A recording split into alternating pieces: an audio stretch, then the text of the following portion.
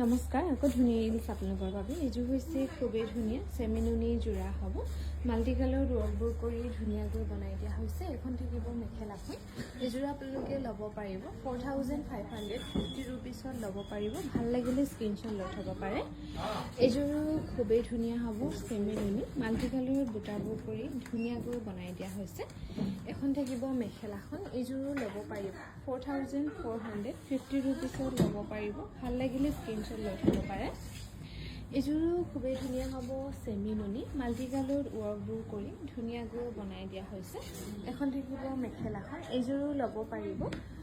5250 ৰুপিছত ল'ব পাৰিব ভাল লাগিলে স্ক্ৰীনশ্বট লৈ থ'ব পাৰে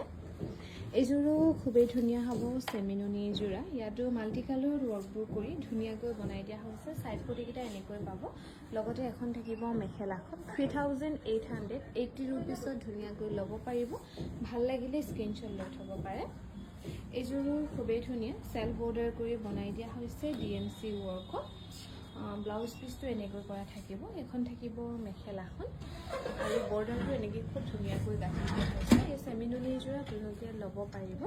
5450 ৰুপিছত ল'ব পাৰিব